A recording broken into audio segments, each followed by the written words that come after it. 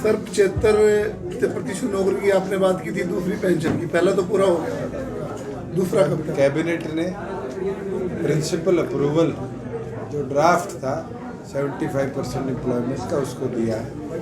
LR के review के लिए उसको भेजा गया है और उसके उपरांत मुख्यमंत्री को ऑथराइज कर दिया कि वो इस कदम को उठाए। और हमारी उम्मीद है कि अगली कैबिनेट बैठक या आगामी 17 तारीख से शुरू होने वाले सत्र तक इस बिल के ड्राफ्ट को पूरी तरह पॉलिश करके प्रदेश के अंदर युवाओं को एक नई उम्मीद देने का काम करें। उसके साथ साथ जो कदम वृद्धावस्था पेंशन की वृद्धि का उठाया, इसके अंदर 250 रुपये 1 जनवरी से बढ़ी है, अपने आप में एक रिकॉर्ड बनाता है कि हरियाणा इकलौता ऐसा राज्य है पूरे हिंदुस्तान के अंदर जो 60 साल की उम्र में 2250 रुपये देने का काम करे।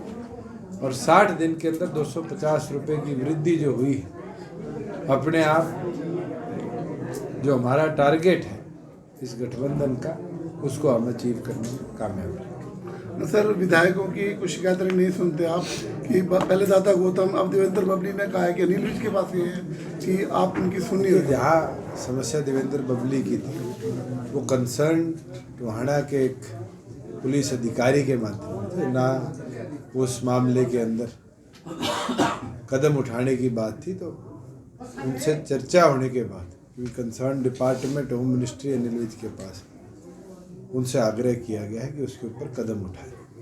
और सुनना ना सुनना हमारे संगठन का इंटरनल मैटर है।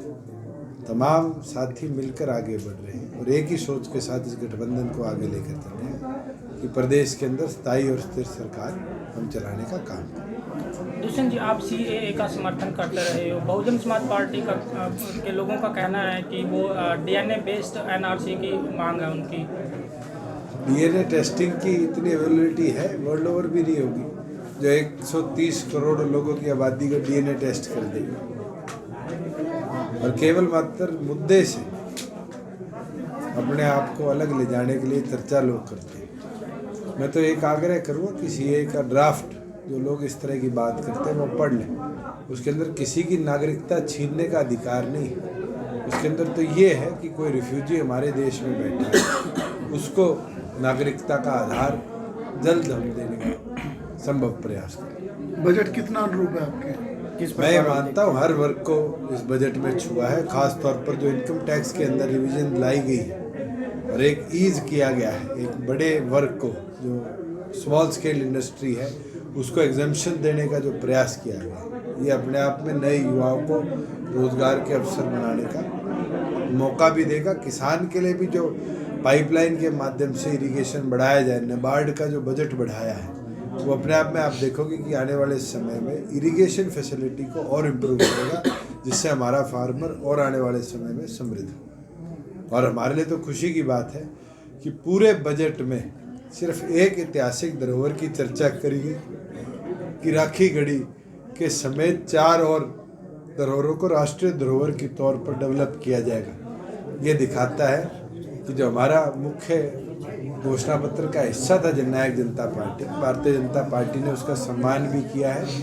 और राखी गढ़ी को जहाँ एक म्यूजियम ही नहीं, उस पूरे एरिया को डेवलप करने के लिए इतनी बड़ी परियोजना की अनाउंसमेंट करी। गठबंधन से ज़्यादा विरोध कहीं ना कहीं पार्टी में दिखाई दे रहा है। उनका कहना है, आपके विधायकों का कहना है कि उनके हल्के में उनकी नहीं चल रही है। आज भी BJP के प्रदेश अध्यक्ष है, उनकी चलती है। मैं तो आपसे पूछ लेता हूँ, ना तो वो आपका हल्का है, केवल मात्र सुनी बातों को इस तरह से आप लोग मीडिया की चर्चाओं में लेकर, आप जाके टोहाना देख के आओ, नारनौल देख के आओ। केवल मात्र ये बात यहाँ बैठ के कैथल में बोलने की टोहाना में, अब ईश्वर सिंह जी बैठे, इनसे पूछ लो चिका में, ना कोई इनके सुन के चला रहा।